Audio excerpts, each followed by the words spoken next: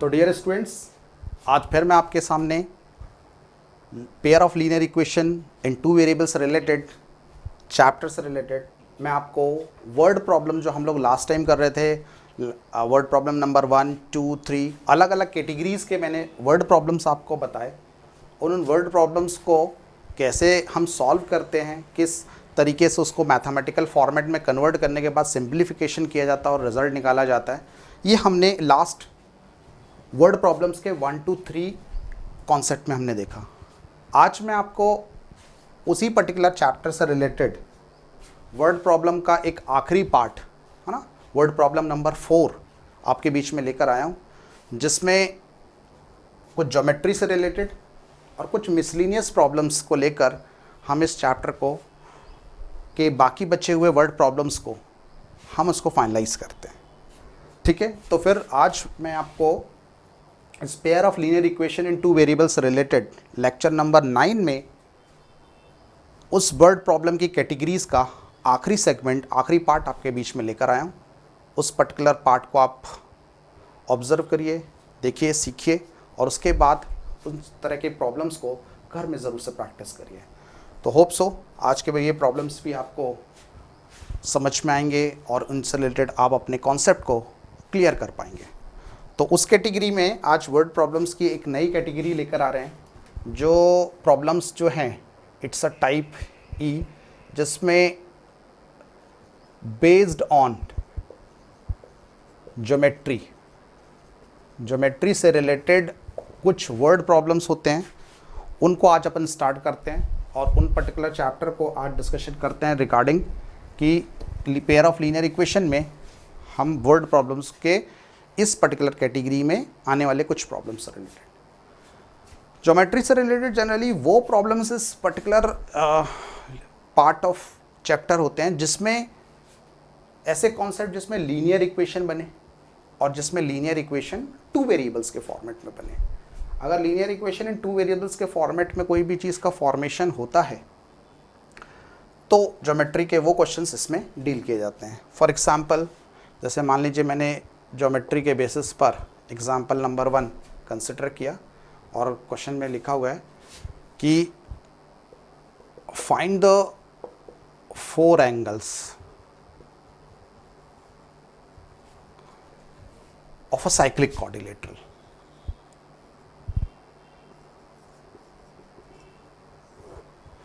Cyclic quadrilateral से related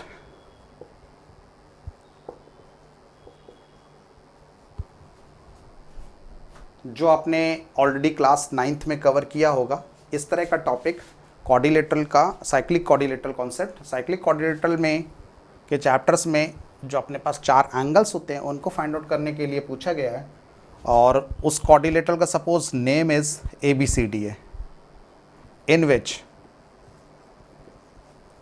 angle A जो है इट इज़, इसकी जो वैल्यू है वो x + 7 डिग्री के बराबर है। जो एंगल B है दैट इज़ y + 8 डिग्री के बराबर है और एंगल जो C है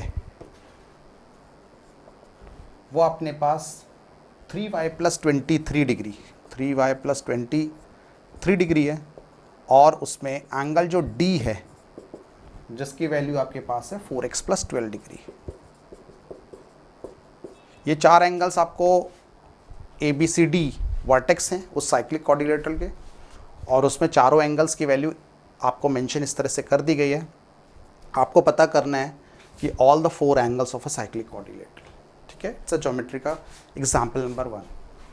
तो जैसे अपन को मालूम है, वी नो दैट कि किसी भी पर्टिकुलर साइक्लिक क्वाड्रिलेटरल में यह स्पेसिफिक एक प्रॉपर्टी होती है कि उसके अपोजिट एंगल का सम हमेशा 180 डिग्री होता है। आप लोग जानते होंगे साइक्लिक क्वाड्रिलेटरल मींस एक ऐसा क्वाड्रिलेटरल जो जिसके चारों वर्टेक्स सर्कल पे लाई करते हुए बनते हैं। मतलब किसी के ऐसा क्वाड्रिलेटरल जिसके चारों वर्टेक्स एक सर्कल पे लाई करे, तो इस तरह के क्वाड्रिलेटरल को हम साइक्लिक क्वाड्रिलेटरल कहते हैं। इनमें हमेशा एक ख़ास बात होती है कि लाइक जैसे इस तरह का कोई भी क्वाड्रिलेटरल हमारे पास is known as cyclic quadrilateral कहलाता है कि चारों उसके जो वर्टेक्स हैं they lie on the circle. तो उसमें हमेशा ये होता है कि अपोजिट एंगल्स, जैसे ए और जी, ये आपके पास, ये ध्यान रखिए कि ये ABCD साइक्लिक क्वाड्रिलेटरल में ये जो लिए गए एंगल्स हैं आर इन ऑर्डर, एक ही ऑर्डर में, मतलब सीक्वेंस में, देन ए देन बी, मतलब जो डायग्राम बना हुआ है उस तरह से रैंडम नहीं है। ए उसके बाद में चाहे वो क्लॉकवाइज में मूव कर रहा हो चाहे एंटी क्लॉकवाइज में, सीक्वेंस में एंगल ए फिर देन बी फिर सी देन डी, या ए बी सी डी, इस तरह से। तो चारों एंगल्स का कॉन्सेप्ट हमारे पास इसमें दिया गया है। तो हम इस तरह के क्वेश्चंस में हम जो जानते हैं कि एक पर्टिकुलर जो साइक्लिक क्वाड्रिलेटरल होता है ना, इन अ साइक्लिक क्वाड्रिलेटरल एक प्रॉपर्टी होती है sum of opposite angles equals to 180 degree. Cyclic quadrilateral के अपोजिट एंगल का सम 180 डिग्री होता है, ये कॉन्सेप्ट हम जानते हैं। इसके बेसिस पर हम ये कह सकते हैं कि साइक्लिक क्वाड्रिलेटरल के सपोज चारों एंगल का जो भी मेंशन किया है उनमें दोनों पेयर ऑफ अपोजिट एंगल्स का सम सप्लीमेंट्री होता है या 180 डिग्री होता है। इस प्रॉपर्टी के बेसिस पर हम इस पर्टिकुलर वर्ड प्रॉब्लम की मैथमेटिकल इक्वेशन फॉर्म करेंगे।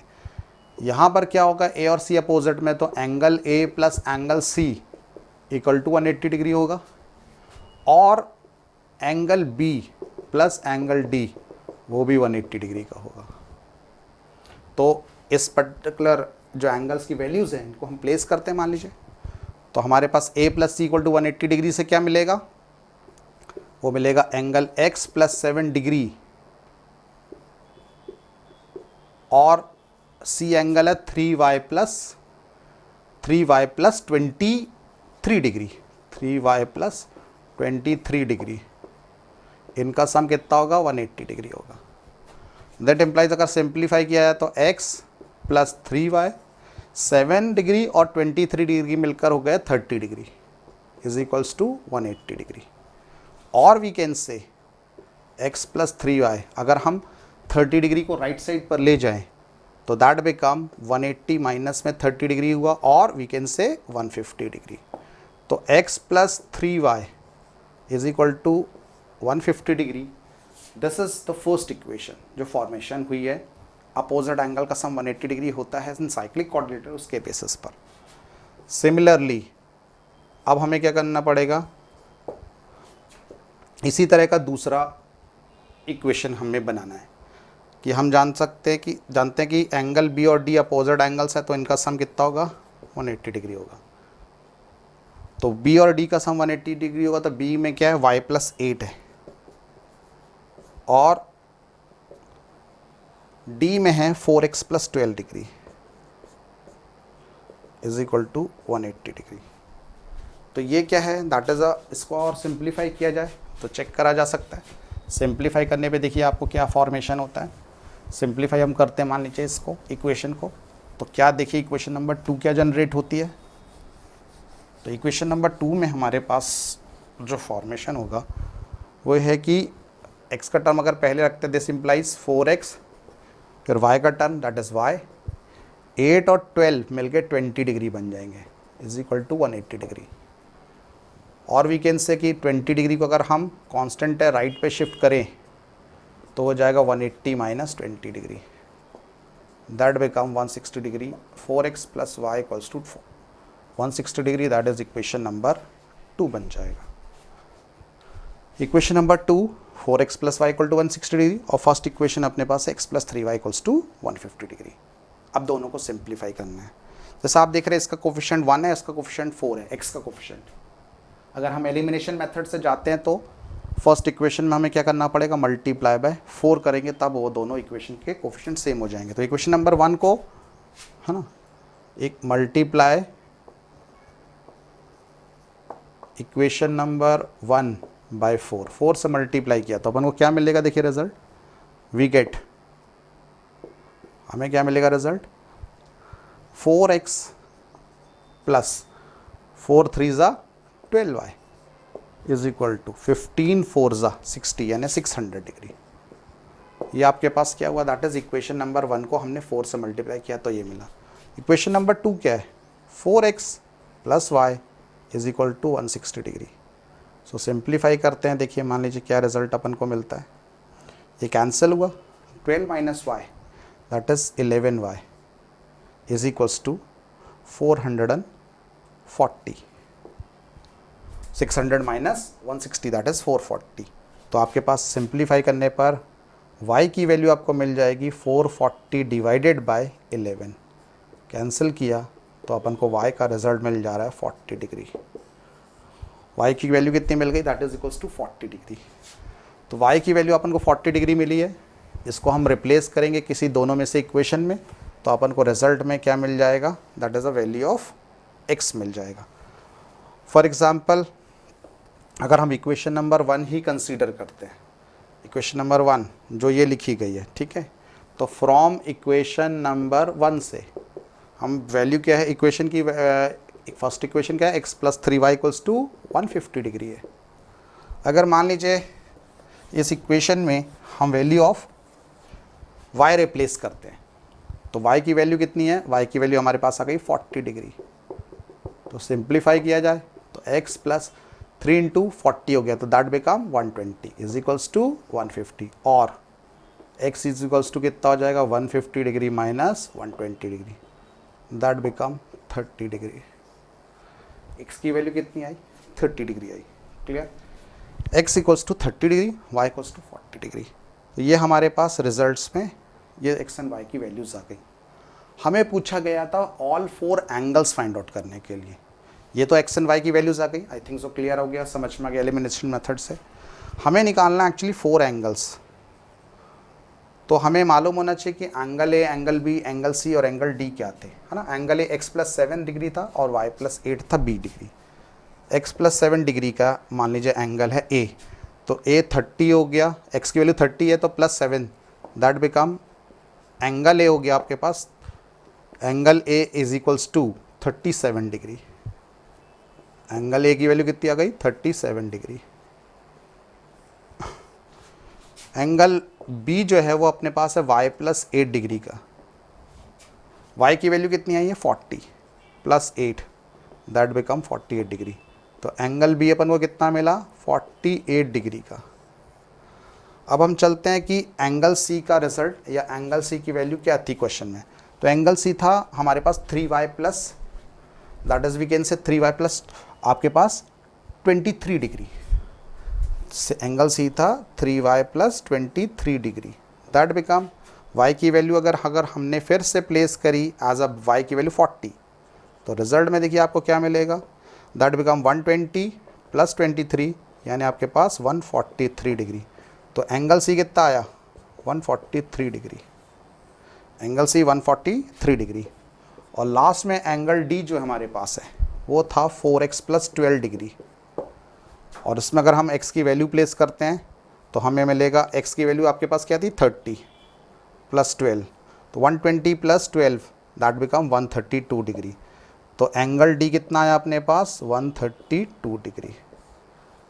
आप इससे वेरीफाई भी कर सकते हैं, क्रॉस चेक भी, कि क्या अपोजिट एंगल का सम 180 डिग्री हो रहा है। यस करेक्ट है, B और D का टोटल 180 और A और C का टोटल 180 डिग्री मिल रहा है। That implies it is the correct answer, cyclic quadrilateral की प्रॉपर्टी को फुलफिल भी कर रहा है और ये हमारे ऑथेंटिक आंसर है, करेक्ट आंसर है। तो दैट इम्प्लाइज कि हमारे पास जो वैल्यूज़ आ रही हैं वो एग्जैक्टली करेक्ट है। तो ये आपको कॉन्सेप्ट आई थिंक सो समझ में आया होगा। ये क्वेश्चन जो है it is related to geometry segments related, और इसमें लीनियर इक्वेशन इन 2 वेरिएबल्स बनते हैं, 2 इक्वेशंस बनते हैं, उनको सिंप्लीफाई करके x and y and then angles. I think so it is clear हुआ होगा आप सभी स्टूडेंट को। इसी तरह का one more question geometry segment से रिलेटेड हम और डील करते हैं, और उस सेकेंड एग्जाम्पल को बनाते हैं कि क्या है उस पर्टिकुलर क्वेश्चन की वैल्यू, और उसको हम कैसे मैथमेटिकल फॉर्मेट में कन्वर्ट करें एंड हाउ टू सिंप्लीफाई। ठीक है, तो हम आप देखते हैं ज्योमेट्रिकल सेगमेंट का वन मोर क्वेश्चन। जैसे क्वेश्चन में दिया है the larger of the 2 supplementary angles, example 2, the larger of the 2 supplementary का क्वेश्चन भी हो सकता है, कॉम्प्लीमेंट्री का भी हो सकता है। The larger of the 2 complementary angles, complementary angle से बात करते हैं, सप्लीमेंट्री से रिलेटेड हो सकता है। हम जानते हैं कि कॉम्प्लीमेंट्री एंगल्स ज्योमेट्री में उन एंगल्स को कहते हैं जिन दो एंगल का सम 90 डिग्री होता है, और जिन दो एंगल का सम 180 डिग्री होता है उन एंगल्स को हम लोग कहते हैं सप्लीमेंट्री एंगल्स। सो कॉम्प्लीमेंट्री और सप्लीमेंट्री एंगल्स जो भी हैं they are the part of geometrical segment. तो क्वेश्चन अगर कॉम्प्लीमेंट्री से है तो उनका सम 90 होगा, अगर क्वेश्चन सप्लीमेंट्री से रिलेटेड है तो देन इट इज़ कि दो एंगल जिनका सम 180 डिग्री होता है उनको सप्लीमेंट्री एंगल्स कहते हैं। तो suppose the larger of the two complementary angles exceeds, ज़्यादा हो रहा है एक एंगल, जो लार्जर एंगल है वो ज़्यादा है, दो कॉम्प्लीमेंट्री एंगल्स हैं उसमें से जो लार्जर एंगल है वो एक्सीड्स है किससे, द स्मॉलर एंगल से by 10 degree. Find the angles.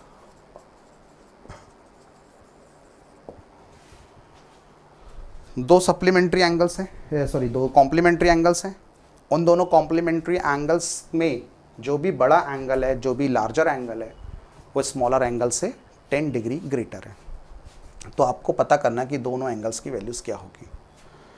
तो very simple kind of question is there. इसमें हम जान रहे हैं कि दो एंगल से रिलेटेड कैलकुलेशन है, तो जनरली हम लोग क्या करेंगे, उन दो एंगल्स को एक्स एंड वाई नाम से, सपोज लेट करा कि लार्जर एंगल, आपको क्लियरली मेंशन किया गया कि लार्जर और स्मॉलर एंगल, तो हम उसी हिसाब से मानेंगे कि लार्जर, मान लीजिए larger angle B of x degree, B x degree या B of x degree, x degree angle का लार्जर एंगल है, और स्मॉलर एंगल जो है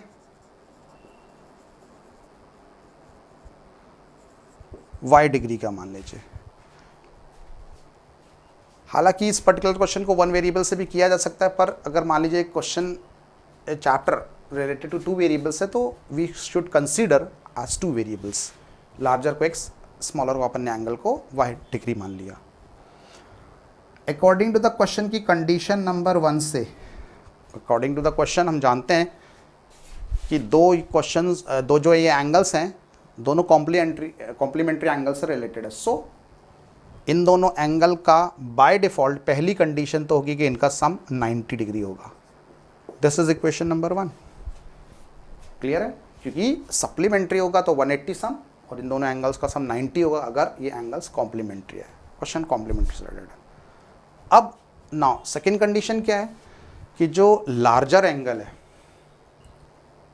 ग्रेटर एंगल है, लार्जर एंगल है, जो वो हमेशा यहाँ पर इस कंडीशन के हिसाब से स्मॉलर एंगल से 10 डिग्री ज़्यादा है।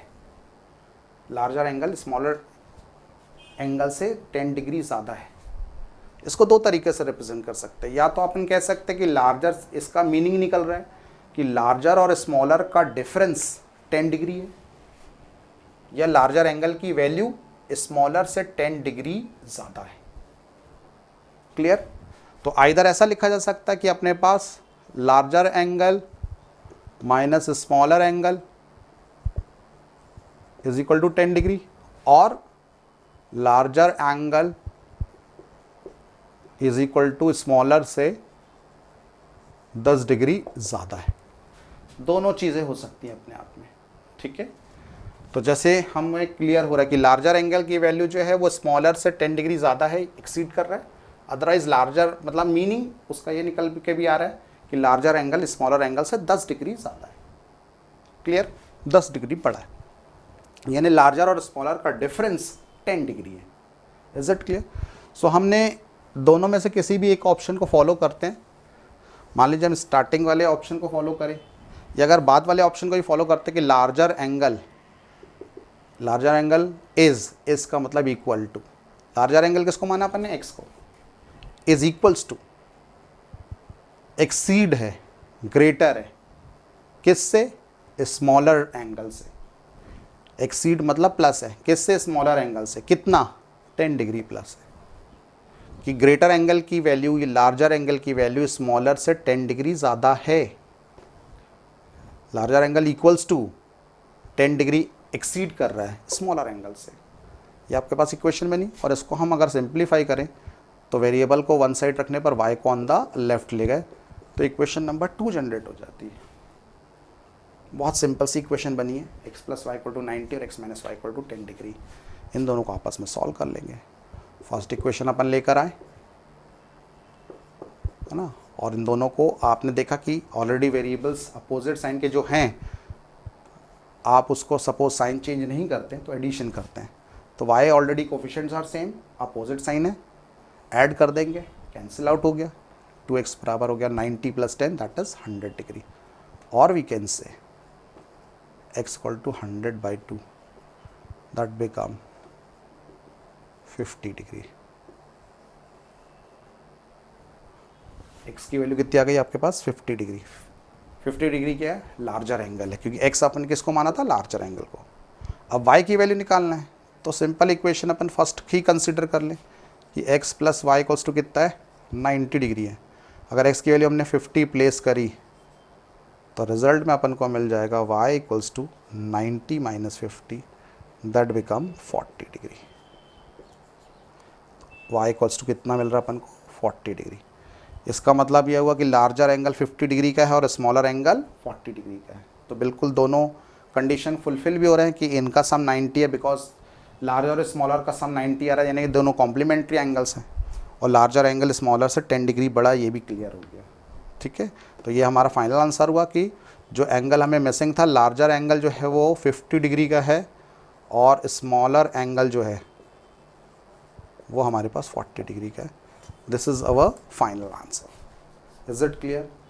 तो एक ऐसे भी type of important question linear equation में ज्योमेट्री से रिलेटेड जनरेट होते हैं, तो this is one of the important question geometry से रिलेटेड जो एग्जाम में इस पैटर्न से कई बार क्वेश्चन आए। वही ये हो सकता है कि कॉम्प्लीमेंट्री के सप्लीमेंट्री हो जाए, तो आपको यहाँ इक्वेशन नंबर 1 जो x plus Y equals to 180 degree बन जाएगा। दैट इम्प्लाइज ये सप्लीमेंट्री से रिलेटेड क्वेश्चन है। और बाकी दूसरी कंडीशन जैसा वर्ड प्रॉब्लम में मेंशन किया गया है, आप उसके अकॉर्डिंगली उसको डिफाइन कर सकते हैं और वर्ड प्रॉब्लम में उसको को आप मैथमेटिकल फॉर्मेट में कन्वर्ट कर सकते हैं। तो one question related to geometry हो गया ये। ज्योमेट्री कैटेगरी में वन मोर क्वेश्चन, एक और हम क्वेश्चन की अगर बात करते हैं कि अगर सपोज इस तरह के क्वेश्चन में एक और कुछ क्वेश्चन लिया जाए जो रिलेटेड टू ज्योमेट्री सेगमेंट हो, तो ज्योमेट्री में एक पार्ट होता है area, particular area of the particular 2 dimensional field, कोई रेक्टेंगल स्क्वायर से रिलेटेड। तो एक एग्जांपल बहुत कॉमनली जो पूछा जाता है, और बेसिकली एनसीईआरटी में भी इस तरह का एक एग्जांपल एरिया बेस्ड क्वेश्चन है जो एग्जामिनेशन में आया हुआ है, और इस पैटर्न के क्वेश्चंस एग्जाम में पूछे जाते हैं। उसी कैटेगरी का एक एग्जांपल आपके बीच में लेकर आए। एग्जांपल नंबर 3 कि आपको दिया गया है suppose the perimeter of a rectangle, the perimeter of a rectangle is 24 meter. If the length is decreased by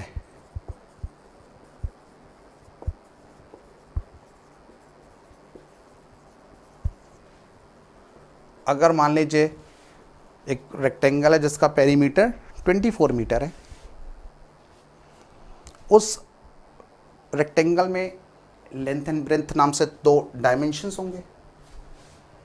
question के हिसाब से अगर बोला जा रहा है कि अगर लेंथ को डिक्रीज किया जाए बाय 2 मीटर, अगर किसी उस पर्टिकुलर रेक्टेंगल की लेंथ को हमने 2 मीटर डिक्रीज कर दिया and breadth is increased by, और जो ब्रेथ है इज इंक्रीज्ड बाय 2 मीटर। अगर मान लीजिए रेक्टेंगल का पेरीमीटर ये है, अगर लेंथ को 2 मीटर लेस कर दिया जाए और ब्रेथ को 2 मीटर इंक्रीज कर दिया जाए, तब क्या होगा चेंजेस। उसमें सपोज लिखा हुआ है the area of the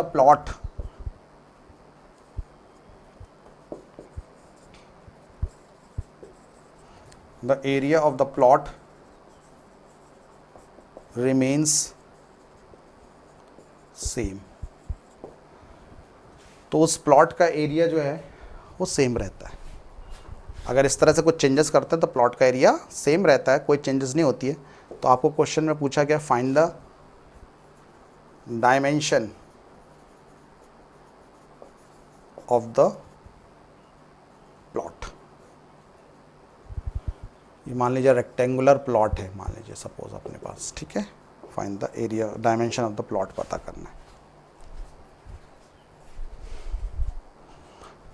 question का मीनिंग ये है कि अगर सपोज ये हमारे पास कोई एक रेक्टेंगल है जिसकी लेंथ और ब्रेथ के बारे में हमें मालूम नहीं है, लेंथ और ब्रेथ की एग्जैक्ट वैल्यू, पर इसका पेरीमीटर जो है वो 24 मीटर है। अगर लेंथ को डिक्रीज, अगर लेंथ पहले ओरिजिनली इतनी थी और ब्रेथ पहले ओरिजिनली इतना था, क्लियर, ये ब्रेथ है और दिस इज लेंथ था। अगर हम लेंथ को 2 यूनिट लेस कर दिया जाए, लेंथ की वैल्यू 2 यूनिट कम कर, 2 मीटर सॉरी, 24 मीटर है पेरीमीटर, अगर लेंथ को हमने 2 मीटर रिड्यूस कर दिया और ब्रेथ को 2 मीटर हमने आगे बढ़ा दिया, क्लियर, जैसे हमने इसको मान लीजिए और 2 मीटर इस तरह से इंक्रीज कर दिया, तो जो नया लेंथ को 2 मीटर हमने, ब्रेथ लेंथ को 2 मीटर कम कर दिया, ओके, इस तरह से बनेगा डायग्राम, और ब्रेथ को 2 मीटर हमने इंक्रीज कर दिया, ये आपके पास, ये समझ लीजिए this is a new concept कि ये अगर हमने 2 मीटर हमने इंक्रीज कर दिया ब्रेथ को और लेंथ को 2 मीटर हमने रिड्यूस कर दिया, कम कर दिया, अब जो नया रेक्टेंगल बनेगा, this is the new rectangle कि लेंथ को 2 मीटर रिड्यूस कर दिया, इधर था अब यहाँ पे हो गई, और ब्रेथ को 2 मीटर और इंक्रीज कर दिया, तो नया जो रेक्टेंगल का फॉर्मेशन हो रहा है उसका एरिया पुराने वाले एरिया के सेम है। तो बताना है अपन को कि उस केस में हमारे पास इक्वेशन क्या बनेगी और उसके ओरिजिनल डायमेंशंस, मतलब रेक्टेंगल के स्टार्टिंग में जो लेंथ एंड ब्रेथ थे वो क्या वैल्यूज़ थी, उनकी वैल्यूज़ क्या थी स्टार्टिंग में, जो आपको पूछा गया है। चेंजेस करने पर, इस तरह से कुछ चेंजेस करें तब भी उसका एरिया सेम है, जितना पहले था उतना ही एरिया है, तो आपको बताना है कि what will be the dimensions of this particular rectangle. तो इस प्रॉब्लम को सॉल्व करने के लिए, जैसे कि आपको दिख रहा है कि इसमें 2 टर्म का यूज़ किया गया है, लेंथ एंड ब्रेथ का, इसलिए हम लोग इस पर्टिकुलर एग्जांपल को भी सॉल्व करते हैं by the help of linear equation 2 variables के फॉर्मेट में। लेट ओरिजिनली जो आपके पास गिवन था, है ना, गिवन आपके पास जो लेंथ थी वो मान लीजिए सपोज x मीटर की थी, एंड गिवन ब्रेथ जो है वो मान लीजिए y मीटर की थी, जो अपन को इनिशियल लेवल पे दिया गया था, उसकी लेंथ एंड ब्रेथ इस तरह से दिया गया था। तो हम जानते हैं कि अगर लेंथ किसी भी रेक्टेंगल की लेंथ 100 मीटर हो और आपके पास ब्रेथ y मीटर हो, तो उस पर्टिकुलर एरिया ऑफ रेक्टेंगल जो होगा वो हम जानते हैं लेंथ इंटू ब्रेथ होता है, तो x into y metre square, ये आपके पास उस ओरिजिनल रेक्टेंगल का एरिया जो होगा वो xy मीटर स्क्वायर होगा, because area of rectangle is length into breadth. तो xy क्या हुआ, that is the area of rectangle. तो ये ओरिजिनल एरिया है, क्लियर, x इंटू वाई।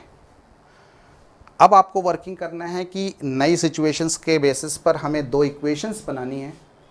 एक तो कंडीशन पहले मेंशन किया गया था कि ये तो आपके पास ओरिजिनल एरिया हो गया, क्वेश्चन में मेंशन किया गया था कि उस रेक्टेंगल का, उस रेक्टेंगुलर प्लॉट का जो पेरीमीटर है वो 24 मीटर है। तो हम जानते हैं कि पेरीमीटर ऑफ रेक्टेंगल क्या होता है, पेरीमीटर ऑफ रेक्टेंगल का फॉर्मूला क्या होता है, 2 times of length plus breath, ये होता है हमारे पास पेरीमीटर। और यहाँ पर हमने पेरीमीटर को लेंथ को x माना है और ब्रेथ को y माना है। तो इस समय इस पर्टिकुलर रेक्टेंगल का पेरीमीटर कितना होगा, 2 times of x plus y, जो कि हमारे पास क्वेश्चन में क्या दिया है, अकॉर्डिंग टू द क्वेश्चन हमें ये दिया हुआ है कि इस समय जो पेरीमीटर है वो 24 मीटर है, it is equals to 24 metre. तो यहाँ कॉमनली है, तो अगर आप चाहें तो उससे बेटर ये होगा कि आप कॉमन मल्टीप्लाई हो रहा है तो इससे यहाँ पर क्रॉस मल्टीप्लिकेशन करके उसको डिवाइड कर दिया, और we can say x plus y will भी क्या हो जाएगा, 24 अपॉन में 2 दैट इज इक्वल्स टू 12। तो this implies x plus Y equals to आपके पास 12 आ गया। इक्वेशन नंबर 1 जनरेट हुआ। आई थिंक सो क्लियर होगा। आपको पेरीमीटर ऑफ द रेक्टेंगल की हेल्प से हमने इक्वेशन नंबर 1 जनरेट किया, क्योंकि हमें मालूम है रेक्टेंगल का जो पेरीमीटर होता है twice of length plus breadth, sum of all sides, 2 times length 2 times breadth मिलकर पेरीमीटर बनता है, तो 2 times of L plus B that become perimeter. तो आपके बेस के बेसिस पर इक्वेशन नंबर 1 जनरेट हुई। अब हम कंसिडर करते हैं उस कंडीशन को, प्रॉब्लम में जो दिया उसकी कंडीशन को अप्लाई करते हैं और second equation linear equation 2 variables की जनरेट करते हैं। उसमें कंडीशन नंबर 2 में दिया है कि लेंथ को अगर हम 2 मीटर डिक्रीज़ करें और ब्रेथ को 2 मीटर इंक्रीज़ करें तो नया एरिया हमारे पास सेम होता है, जो न्यू एरिया आता है वो that become the old area के बराबर आता है, और ओल्ड एरिया क्या है, XY है। क्लियर? तो अकॉर्डिंग टू कंडीशन अपन ने दूसरी अप्लाई करी तो लेंथ डिक्रीज हुई है, तो नई लेंथ अपन को क्या मिल जाएगी, लेंथ ओरिजिनल पहले x थी, 2 मीटर अपन ने उसको लेस करा तो नया जो लेंथ हो जाएगा वो x माइनस 2 मीटर हो गया। इसी तरह से न्यू जो ब्रेथ है वो हमारे पास पहले ओरिजिनली y था, उसको 2 मीटर इंक्रीज किया गया, इंक्रीज का मतलब प्लस, और उसका न्यू ब्रेथ जो है वो आपके पास 2 मीटर में कन्वर्ट हो, y प्लस 2 मीटर का हो गया। लेंथ को 2 मीटर डिक्रीज और ब्रेथ को 2 मीटर इंक्रीज किया गया है। सो हम जो जानते हैं कि जो न्यू एरिया होगा वो new length multiply by new breadth के होगा, that implies x minus 2 into y plus 2 metre square is the area of new rectangle. New area of rectangle आपके पास क्या मिलेगा, दैट बिकम, ये जो आपके पास न्यू एरिया आएगा रेक्टेंगल का वो आएगा x minus 2 multiply by y plus 2 metre square. तो अकॉर्डिंग टू द कंडीशन क्या कह रहा है कि जो न्यू एरिया है और जो पुराना एरिया था इस सिचुएशन में दोनों सेम है ना, new area and old area इस कंडीशन में सेम आ रहे हैं। तो न्यू एरिया क्या है, x minus 2 multiply by y plus 2, old area XY। इसको सिंप्लीफाई करते हैं और बताते हैं क्या रिजल्ट क्या आ रहा है। ब्रैकेट को आपस में मल्टीप्लाई करेंगे तो पहले x का मल्टीप्लाई y से तो XY, फिर x का 2 से प्लस का 2x, माइनस 2 का y से माइनस 2y, 2 2 ज़ा 4 with minus plus 2 minus 2 that become minus sign, 2 2 ज़ा 4 इक्वल टू XY।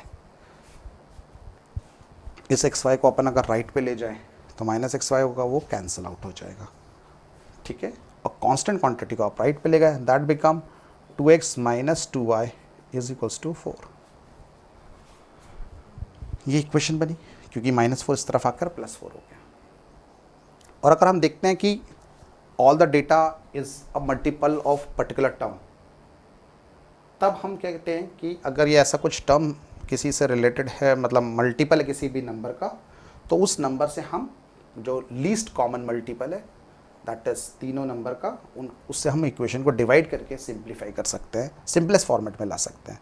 और वी कैन से सारे नंबर्स 2 के मल्टीपल है तो हमने होल इक्वेशन को 2 से डिवाइड कर दिया, या ये कह सकते हैं आप 2 कॉमन लेके लेफ्ट हैंड साइड में आपने राइट साइड पर डिवाइड कर दिया, तो इक्वेशन क्या मिलेगी हमें, 4 डिवाइडेड बाई 2 दैट इज 2। ये इक्वेशन नंबर 2 जनरेट हो गया।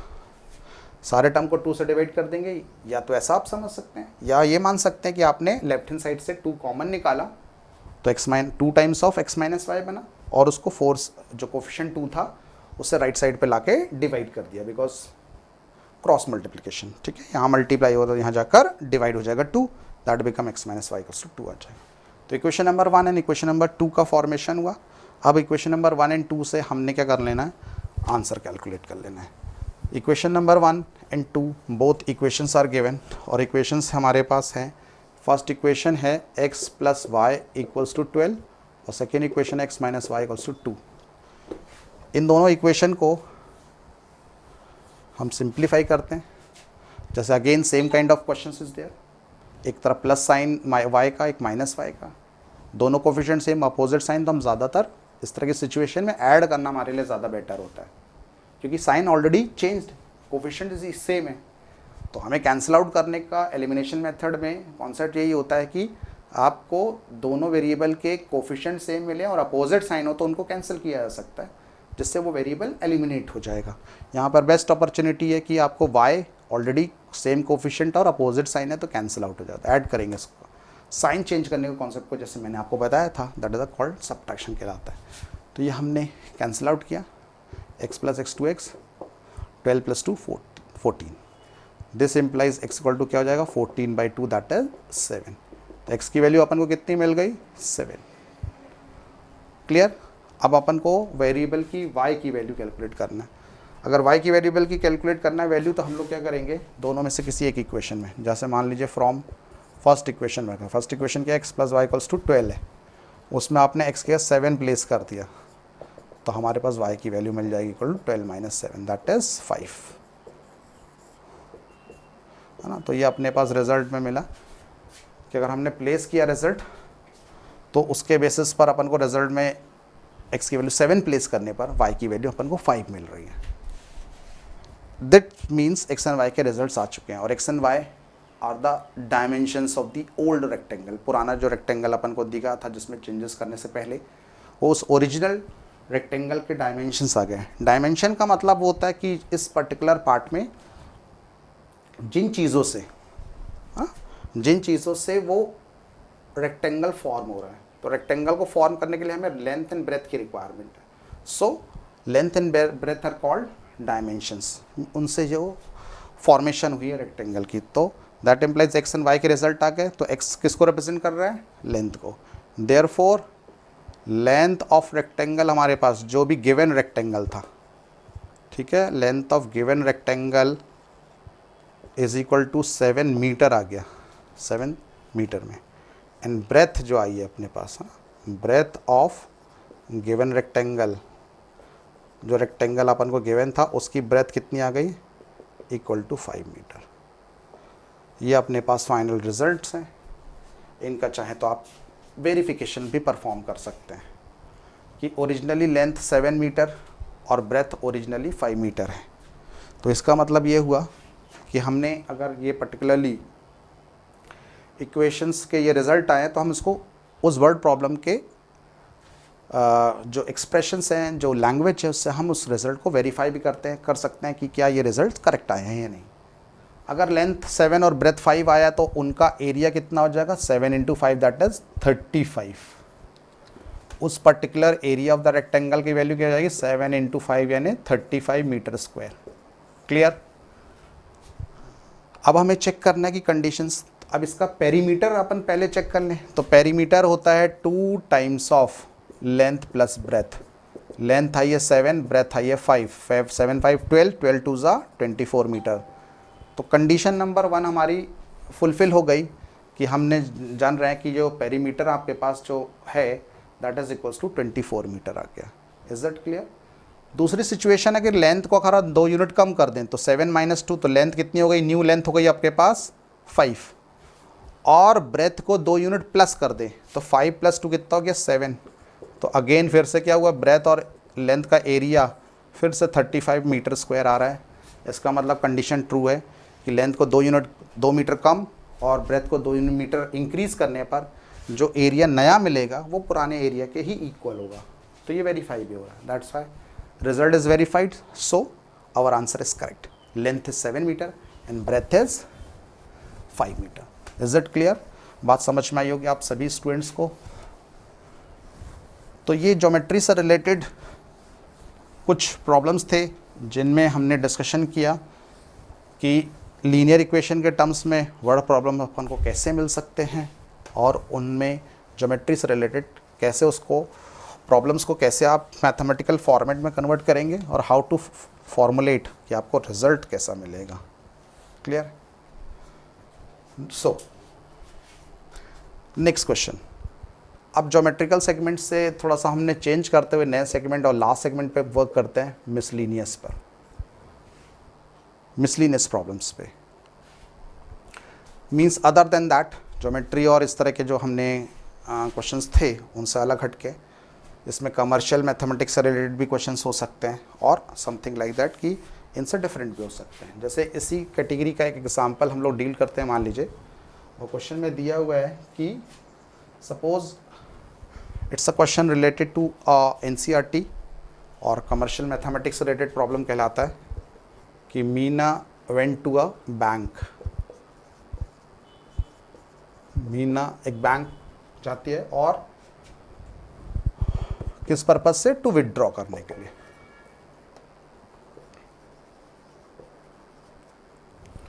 टू विथड्रॉ ₹2000, 2000 रुपये उसको सपोज विथड्रॉ करना है। शी आज द कैशियर, उसने कैशियर से कहा कि to give her ₹50 and ₹100 notes only. To give her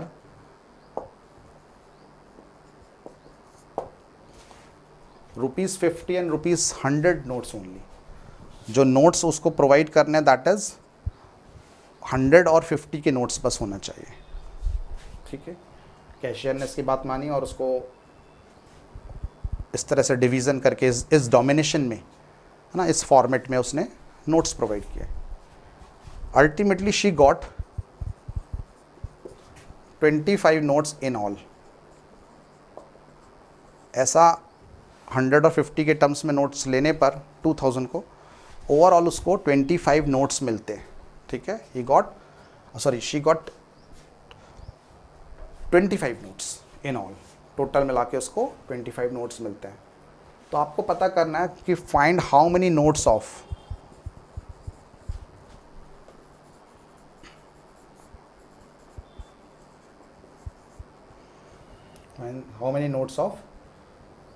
₹50 and ₹100 she got. Yes, got or received. उसको किस तरह से नोट्स मिले। बैंक मीना गई जिसके 2000 रुपीज़ विड्रॉ करने के लिए कैशियर से उसने 50 और 100 रुपीज़ के नोट्स के टर्म्स में 2000 रुपीज़ देने के लिए रिक्वेस्ट की।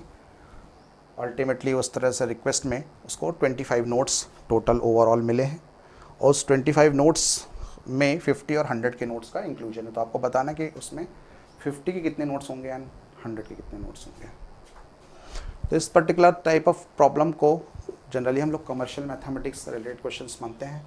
और इस तरह के क्वेश्चन को सॉल्व करने के लिए अगेन जैसे आप देख रहे हैं इसमें भी दो तरह के डिनोमिनेशंस की बात की जा रही है, ₹50 नोट्स एंड ₹100 नोट्स के बारे में। और हमें उनसे क्वांटिटी पूछी है, कितने नोट्स 50 के, कितने नोट्स 100 के। तो इसी पर्पज से हम इस वेरिएबल हम लेट करेंगे वो भी इसी टर्म्स में कि लेट मान लेंगे कि सपोज शी गॉट या Meena got ₹50 notes BX। 50 rupees के सपोज उसको X नोट्स मिले, ठीक है, एंड शी गॉट ₹100 के नोट्स सपोज उसको Y मिले हैं। 50 के X और 100 रुपीज़ के Y नोट्स मिले हैं। क्लियर, हमने ये की क्वांटिटी ही पूछी गई। तो बेस्ट ऑप्शन है कि इनको वेरिएबल्स को हम X एंड Y इन्हीं क्वांटिटी को माना जाए, क्वांटिटीज़ को। अब इनको मानने पर कंडीशंस जो अपन को दो जनरेट होंगी दो वेरिएबल के टर्म्स में, उनको डिफाइन करते हैं कि पहला कंडीशन ये है कि उसको टोटल मिलाकर she got 25 notes in all. Total मिलाकर उसको चाहे 50 के मिले 100 के मिले, टोटल नोट्स कितने मिले हैं? 25 नोट्स हैं। तो 50 रुपीज़ के X नोट्स मिले हैं और 100 रुपीज़ के Y नोट्स मिले हैं। तो X नोट्स मिले 50 के और Y नोट्स मिले हैं 100 रुपीज़ वाले। तो टोटल नोट्स कितने हैं? 25 हैं। तो इनका टोटल क्या होगा अकॉर्डिंग टू क्वेश्चन? 50 रुपीज़ के X नोट्स, 100 रुपीज़ के Y नोट्स। तो टोटल उनका X प्लस Y नोट्स होंगे, X प्लस Y नोट्स। और इस कंडीशन में क्या दिया? टोटल नोट्स उसको कितने मिले हैं? 25। That implies X plus Y equals to 25, क्योंकि X एंड Y किसको डिनोट कर रहा है? क्वांटिटी को। 50 और 100 रुपीज़ की नोट्स की क्वांटिटी, कितने नोट्स मिले हैं, और टोटल नोट्स उसको कितने मिले अकॉर्डिंग टू क्वेश्चन? 25 नोट्स। ना सेकेंड थिंग कि ये नंबर ऑफ नोट्स के टर्म्स में अपन ने इक्वेशन को डिफाइन किया। अब हम डिफाइन कर रहे हैं क्वांटिटी, जो टोटल उसको अमाउंट मिला है उस अमाउंट के टर्म्स में। तो उसको टोटल अमाउंट कितना मिला है, 2000 rupees. 2000 rupees in terms of ₹50 and 100 rupees notes के। क्लियर? तो हम अमाउंट से रिलेटेड एक इक्वेशन को फॉर्मुलेट करेंगे। कैसे? कि हमें मालूम है कि अगर हम 50 रुपीज़ का एक नोट लेते हैं तो उसकी वर्थ या उसकी वैल्यू, उसका अमाउंट है ₹50। 2 नोट्स होंगे तो उसकी वर्थ हो जाएगा 100 रुपीज़। ऐसे ही करके उसको 50 रुपीज़ के कितने नोट्स मिले हैं, एक्स नोट्स मिले। एक नोट की वैल्यू 50 रुपीज़ 50, तो एक्स नोट्स की वैल्यू कितनी हो जाएगी, एक्स नोट्स का अमाउंट कितना हो जाएगा, दैट बिकम 50x। बिकॉज अगर 1 नोट है तो 50 इंटू 1, 2 नोट्स हैं तो उसकी वैल्यू होगी 50 इंटू 2, 3 नोट है तो उनकी वैल्यू हो जाएगी 50 इंटू 3। तो अगर x नोट्स है तो उनका आंसर हो जाएगा, उसकी वैल्यू हो जाएगी 50 into x. So that is we can say कि amount of ₹50 notes will be equal to 50 multiply by x, that is 50x। क्योंकि एक नोट 50 रुपीज़ का है। ऐसे 50 रुपीज़ वाले कितने नोट्स हैं, x नोट्स हैं। तो टोटल अमाउंट कितना हो जाएगा, 50 into x, that is 50x। And similarly amount of ₹100 notes,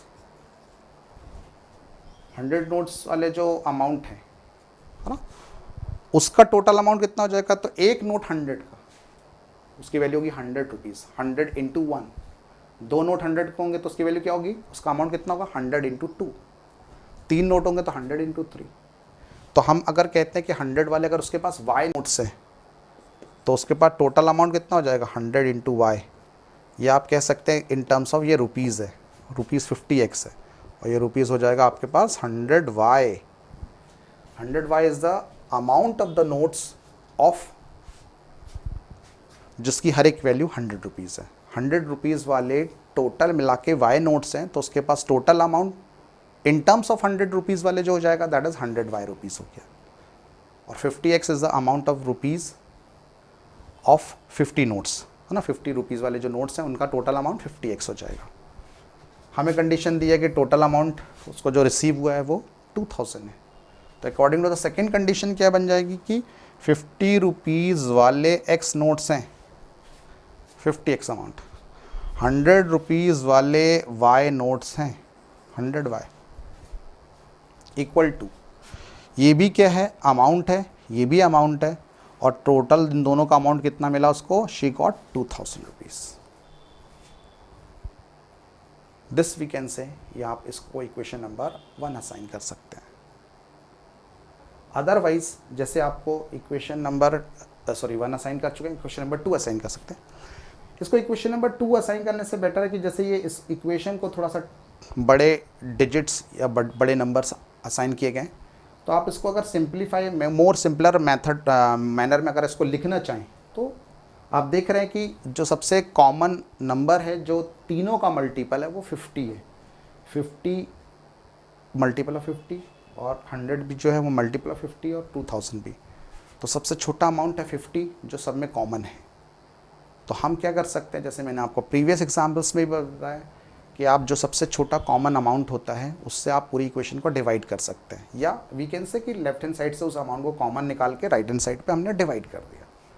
तो इस इक्वेशन को सिंप्लीफाई करके 50 से डिवाइड करेंगे तो इक्वेशन आएगी x प्लस 2y। 50 से डिवाइड करेंगे तो 54 ज़ा 200 होता है and then 0। That become equation number 2। तो फाइनली अपने पास इक्वेशंस जो 2 आई हैं वो हमारे पास कौन कौन सी मिली। इक्वेशन नंबर 1 एंड 2 जो आपको मिला वो है, फर्स्ट इक्वेशन है x plus Y equals to 25 और x plus 2y is equals to 40। अब आप देख रहे हैं कि वेरिएबल्स जिनके कोफिशिएंट सेम हैं, सेम साइन के भी हैं, तो आप उनको सब्ट्रैक्ट करेंगे तो आपको उससे ये कैंसिल होगा, है ना। सब्ट्रैक्ट करने का मतलब you have to change the sign, minus minus and minus. ठीक है, plus x minus x cancel, y का साइन प्लस है और 2y का साइन माइनस, अपोजिट साइन हुए तो इसलिए अपन क्या करेंगे, सब्ट्रैक्ट करेंगे। 2y में से y गया, that become y, bigger number का साइन क्या माइनस, तो माइनस आएगा। सिमिलरली यहाँ पर 25 प्लस में है, 40 माइनस में, तो ये प्लस अपोजिट साइन है, सब्ट्रैक्ट होगा, बिगर नंबर्स में से छोटे नंबर को माइनस किए, तो 40 माइनस 25 दैट बिकम 15, और बड़ा नंबर क्या है 40, उसका साइन क्या है माइनस, तो माइनस आएगा। दोनों तरफ माइनस है, this implies minus got cancel out, तो y की वैल्यू आ गई 15। y is the value of y is 15, ठीक है। अब इसी की हेल्प से हमें दोनों में से किसी इक्वेशन में रखकर वेरिएबल x की वैल्यू निकालें। तो हम देखते हैं कि फर्स्ट इक्वेशन ज़्यादा आसान है, x plus y is equals to 25, ये इक्वेशन नंबर 1 थी। इसमें अपन y वेरिएबल की वैल्यू को प्लेस किया, तो हमें सिंप्लीफाई करने पर अपन को रिजल्ट ऑफ x मिल जाएगा, तो 25 माइनस 15 दैट बिकम 10। तो x का आंसर आ रहा है 15, x का आंसर 10 और y का आंसर 15 आ रहा है। That implies we can say कि फाइनली आंसर जो अपन को मिला है, जो अपन ने नोट्स के टर्म्स में x और y किसको माने थे, नंबर ऑफ नोट्स के टर्म्स में, तो आंसर हमारे पास उसी टर्म्स में मिल जाएगा कि देयरफॉर ₹50 नोट्स जो हैं वो कितने हैं, x हैं, और x की वैल्यू कितनी है 10। 50 रुपीज़ वाले नोट्स कितने हैं, 10 हैं, और ₹100 वाले जो नोट्स हैं, notes of ₹50 is equal to 10, notes of ₹100 is equal to y, और y की वैल्यू कितनी आ रही है 15 आ रही है। तो 10 नोट्स हैं 50 रुपीज़ वाले, 15 नोट्स हैं 100 रुपीज़ वाले। तो आपको इसको क्रॉस चेक करना है, वेरीफाई करना है। अगर मान लीजिए ये हमारा फाइनल आंसर है, बट इस रिज़ल्ट को अगर वेरीफाई अगर आप करना चाहते हैं कि रिज़ल्ट इज़ ओके, करेक्ट है कि नहीं, तो उसको वेरीफाई भी कर सकते हैं। पहली चीज़ तो दोनों नोट्स का टोटल 25 हो रहा है, बिल्कुल सही, 10 प्लस 15। दूसरी कंडीशन है कि टोटल अमाउंट 2000 आना चाहिए। तो 50 रुपीज़ वाले 10 नोट्स हैं, 50 रुपीज़ वाले 10 नोट्स हैं, तो उसका टोटल अमाउंट हो जाएगा 500, क्लियर। और 100 रुपीज़ वाले जो नोट्स हैं वो 15 है, दैट इज़ 1500। तो टोटल अमाउंट इनका कितना हो गया 2000 रुपीज़। यहाँ पे ये वेरीफाई हो गया कि यस, इसके अलावा कोई दूसरा कॉम्बिनेशन पॉसिबल नहीं है, यही उसका पॉसिबल कॉम्बिनेशन है, जिसके बेसिस पर हमारे पास दोनों कंडीशन को जो सेटिस्फाई कर पाए कि टोटल नोट 25 भी होना चाहिए और उनका अमाउंट जो है टोटल मिलाकर 2000 होना चाहिए। This is the question related to miscellaneous type में। तो आई थिंक सो समझ में आया होगा ये क्वेश्चन आप लोगों को। Now come to the miscellaneous category में वन मोर एग्जाम्पल हम देखते हैं। इस कैटेगरी में और भी कई पैटर्न होते हैं और भी कई कैटेगरीज़ हैं। एक और सिंपल क्वेश्चन, लेकिन थोड़ा सा कमर्शियल मैथमेटिक्स से रिलेटेड ही अगेन क्वेश्चन कंसिडर करता है। जनरली ये नंबर्स कैटेगरी में भी आता है, एक क्वेश्चन जो नंबर कैटेगरी में भी है। जैसे सपोज हमें एक क्वेश्चन दिया हुआ है कि एक कोई फार्मर है, मान लीजिए किसान है, उसके फील्ड में कुछ एनिमल्स हैं, है ना, कुछ एनिमल्स हैं, उनकी क्वांटिटी से रिलेटेड कुछ एग्जांपल में मेंशन किया प्रॉब्लम में कि suppose a farmer has some hens and some cows, some hens and some cows in his field। उसके फील्ड में मान लीजिए कुछ हेंस हैं और कुछ काउस हैं। उससे पूछा गया कि कितने एनिमल्स हैं, तो उसका आंसर शायद उसने प्रॉपरली नहीं दिया और उसने आंसर में इस तरह से कहा कि he told that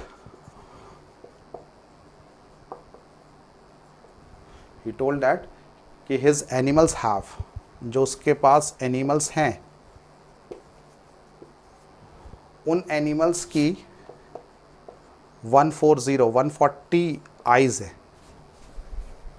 आइज़ 140 हैं उसके, एंड 200 लेग्स है।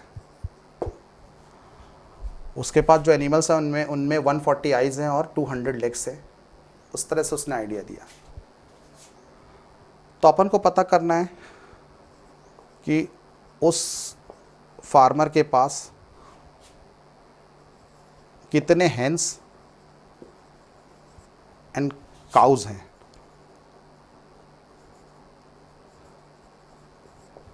Find the number of hens and cow he has, ये अपन को कैलकुलेट करना है।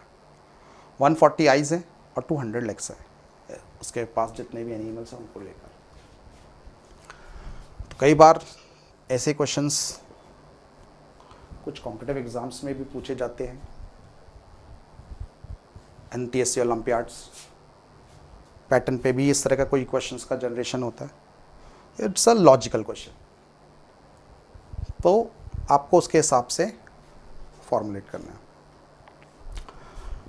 तो क्वेश्चन में दो चीज़ों के बारे में दिया गया, नंबर ऑफ आइज और नंबर ऑफ लेग्स का डिस्क्रिप्शन दिया, उसी के बेसिस पर इक्वेशन जो वर्ड प्रॉब्लम्स के टर्म्स में उसका मैथमेटिकल फॉर्मुलेशन करना है और उसको सिंप्लीफाई करना है। सपोज हम मान लेते हैं इस तरह के दो तरह के जैसे एनिमल्स के बारे में बात की जा रही है कि उसके पास जो क्वांटिटी पूछी गई है वो हैंस और काउ के बारे में, तो हमने वही चीज़ जैसे नोट्स के बारे में पूछा गया था कि क्वांटिटी कितने हैं, तो इतने ही अपने पास, वैसे ही हमने अज्यूम किया एक्स एंड वाई को। सपोज फार्मर हैज़ एक्स, पहले हैंस के बारे में, एक्स नंबर ऑफ हैंस है suppose, and farmer has y cows, x hens और वाई काउज उसके पास हैं सपोज। क्लियर? अब मान लीजिए इस पर्टिकुलर क्वेश्चन के हिसाब से जो कंडीशन जिसमें दिए, वेल नोट करेंगे, जिसमें ये दिया है कि आइज और लेग्स से रिलेटेड क्वांटिटी मेंशन की गई है, तो हमें उसी के टर्म्स में इक्वेशन बनाना पड़ेगा कि टोटल आइज 140 है और टोटल लेग्स, उनके लेग्स या फीट टोटल मिला के 200 है। तो हमें ये पता करना है, उस क्वांटिटी के हिसाब से इक्वेशन को डिफाइन करना है। तो अगर हम आइज से रिलेटेड मान लीजिए इक्वेशन को फॉर्मुलेट करते हैं तो क्या होगा, तो आइज से रिलेटेड प्रॉब्लम को हम अगर सॉल्व आउट करते हैं, इक्वेशन को फॉर्मुलेट करते हैं, तो क्योंकि नंबर ऑफ आइज कितनी है 140 है, क्लियर, 140 आइज है, तो हम ये जानते हैं कि अगर एक हैन में हमारे पास 2 आइज होती हैं तो नंबर ऑफ आइज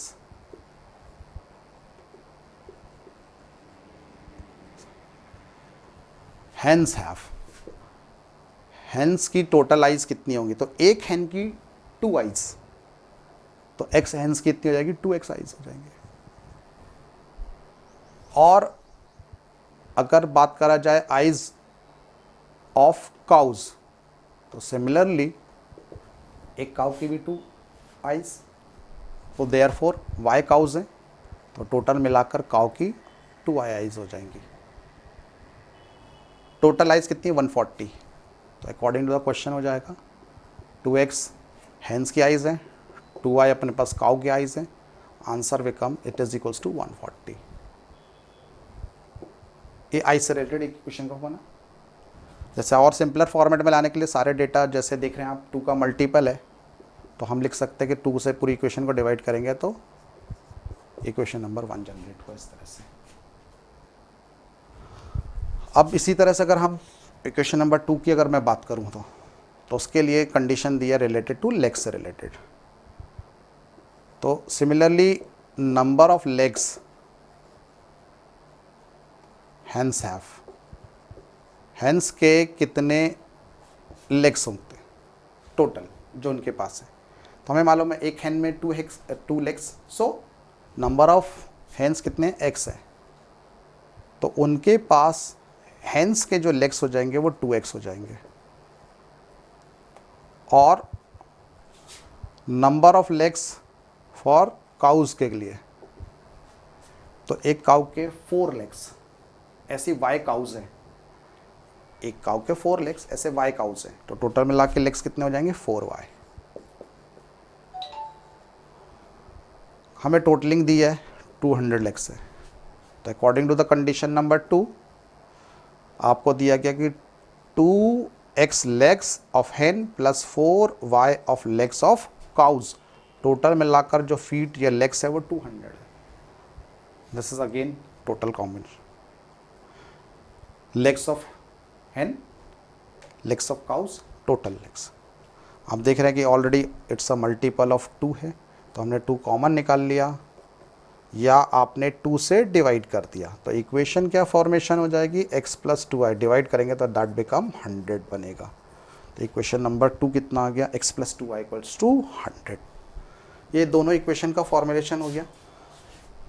अब दोनों इक्वेशन अगर हमारे पास फॉर्मुलेशन में हुआ है तो अब इसको सिंप्लीफाई करके रिजल्ट्स निकालें। तो दैट बिकम, सेकेंड इक्वेशन है x plus 2y equals to 100, first equation है x plus Y equals to 70।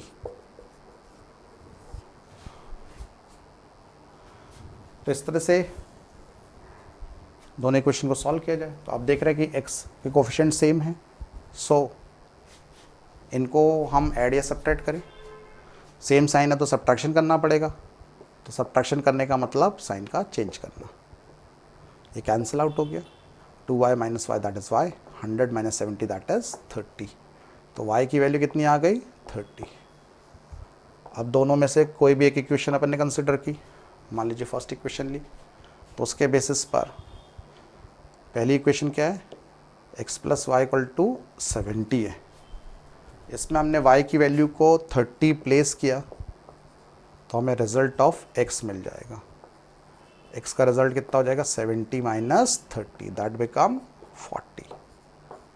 तो x की वैल्यू आ रही है 40 और y की वैल्यू आ रही है 30। Is it clear? यहाँ तक बात आपको समझ में आ गई होगी। ये दोनों रिजल्ट्स आ चुके हैं, तो इसके बेसिस पर हमने x एंड y जिनको लेट किया था वो हमारे आंसर्स आ चुके हैं। हमने x किसको लेट किया था, नंबर ऑफ हेन्स को, इसलिए number of hens farmer has, कितने फार्मर के पास कितनी हेन्स है, answer is x that is 40 hens. और नंबर ऑफ काउज उसके पास है 30। ये फाइनली इसका रिजल्ट होगा, number of cows 30, number of hens 40। इस चीज़ को चाहे तो हम वेरीफाई भी कर सकते हैं, जैसे क्वेश्चन में बोला गया था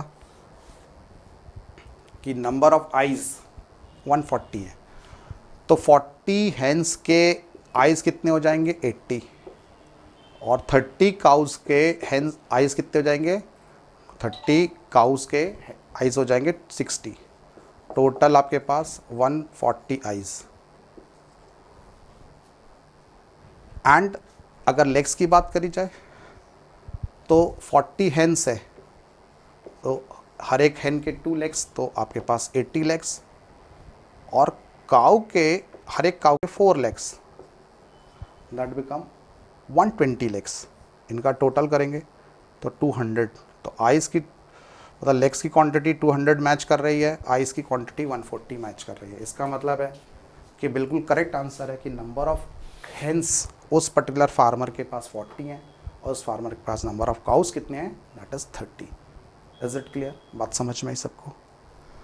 तो ये वर्ड प्रॉब्लम्स की कुछ अलग अलग कैटेगरीज थी। मिसलिनियस टाइप में भी मैंने आपको 1-2 क्वेश्चंस कराए और ज्योमेट्री से रिलेटेड भी। तो ये सो मेनी वैराइटीज़ जो हमने 1, 2, 3, 4 लेक्चर्स, मतलब word problem 1, word problem 2, word problem 3 और ये वर्ड प्रॉब्लम 4 के नाम से ये पर्टिकुलर वर्ड प्रॉब्लम्स की सीरीज़, और वी कैन से कि different types of word problems related to pair of linear equation, 2 variables से रिलेटेड हमारे वर्ड प्रॉब्लम्स का लेक्चर्स थे, जिसमें मैंने आपको हर एक टाइप ऑफ वर्ड प्रॉब्लम के बारे में डिस्कशन किया, कॉन्सेप्ट्स के बारे में बताया और उनको सॉल्व करने का तरीका, और उनके साथ साथ उन रिज़ल्ट्स को जो आए उनको वेरीफाई करने का भी इमीडिएट अपना एक्शन वो भी मैंने आपको यहाँ पर करके दिखाया। तो आई थिंक सो वर्ड प्रॉब्लम से रिलेटेड सो मेनी टाइप्स हमने डिस्कशन किए। आई थिंक सो कि ये सब चीज़ें, ये problems, different type of problems आपको बहुत अच्छे तरह से समझ में आए होंगे, और आप इनको सीखिए, इनको समझिए, और इसी तरह की कई और वर्ड प्रॉब्लम्स को आप सिमिलर पैटर्न में उनको सॉल्व करिए, ताकि आप एक अच्छा कॉन्फिडेंस लेवल जनरेट कर सकें, अपने अंदर परफेक्शन ला सकें और एग्ज़ाम में एक बहुत अच्छा परफॉर्मेंस दे सकें। इन्हीं वर्ड्स के साथ में इस पर्टिकुलर चैप्टर को भी मैं यहाँ पर एंड कर रहा हूँ। तो सारे स्टूडेंट्स ध्यान से इन चीज़ों को समझेंगे और प्रैक्टिस करेंगे। ओके, आई थिंक सो ये सारी सब चीज़ें आपको बहुत हद तक क्लियर होंगी और चैप्टर से रिलेटेड आपको काफ़ी हद तक कॉन्फिडेंस एंड परफेक्शन आया होगा। इन्हीं वर्ड्स के साथ मैं यहाँ पे एंड कर रहा हूँ सेशन को। Thank you so much.